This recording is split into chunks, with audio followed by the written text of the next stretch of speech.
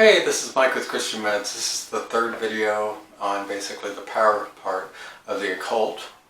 So this week we're going to go over pendulums, divining rods, and ESP. So let's get started.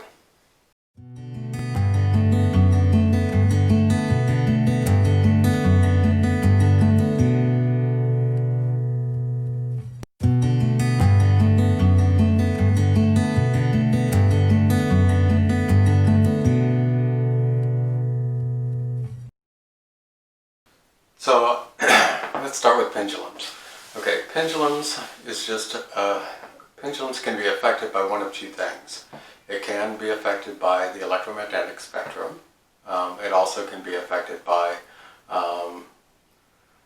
demonic forces. Demonic forces can make things move, and if you give it power, you can basically open a door with it. So, for the most part, any pendulum I've had in the past, prior to me becoming a Christian, I've gotten rid of. And I don't ever use one in any of my practices. When it comes to, how it works and what kind of things it can do, people believe it's a way to communicate with your subconscious. Well, certainly our subconscious mind is very much a part of us. If we didn't have a subconscious mind, we probably couldn't drive a car. How many times have you gone from point A to point B and not remembered any of the street lights or anything else? It's because you're conditioned, therefore you're able to drive a car, and stop at a stoplight even if you didn't really even register in your conscious mind that, hey, this light's red, I should stop. But in a pendulum, basically, it allows you to, it can be affected by the electromagnetic spectrum or by spirits. I've heard, when it comes to Derek Prince, he had a story and claimed that basically a child became demonically influenced because a woman at the time of her, before the birth, basically somebody it's like a practice or something that sometimes people do at baby showers where they end up taking the wedding band and they put it on a chain and they end up putting it over it, using it like a pendulum. And he said that was what opened the door for basically the child becoming homosexual. I have a lot of issues with some of this because I have a lot of homosexual friends that happen to be Christians. So I don't think that this caused that. So when it comes to this stuff, I stay far away from it. I don't use it. There's also muscle testing and things like that, where you make a ring with your finger and then you end up going like this and you end up pulling on it, and if you tell a lie, your muscles become weaker. Same type of idea, where basically you're trying to communicate with your subconscious to get knowledge. Now, I don't try to do these things. I figure the Holy Spirit is all I really need in my life. I don't need these things to distract me. I don't need these things to be a part of my life. And honestly, any information you get from these things is not testable, not consistent, and it's never been proven by any type of scientific method whatsoever.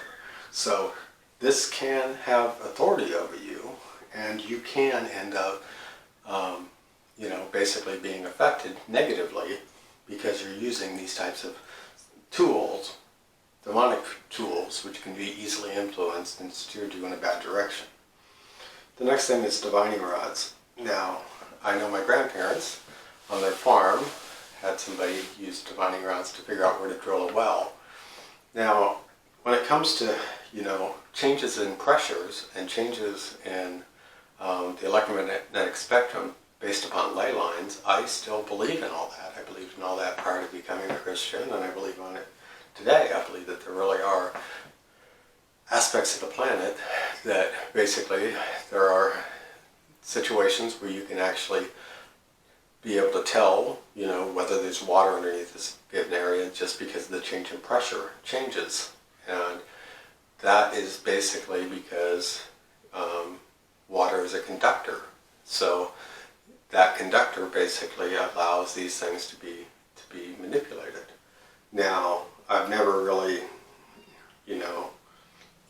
personally or anything like that, but I don't see this as nearly as an occult practice as much as it's just a way to detect a change in pressure, electromagnetic spectrum pressure. The last one here is ESP. It's another thing that hasn't ever been verified, although there are quite a few case studies that shows that the police have used people with ESP to solve cases that were next to impossible to solve before. Now, is it basically, demons know a lot. They've been around for a long time. You know, if you are allowing a demon to speak to you, a demon could tell you where a child is.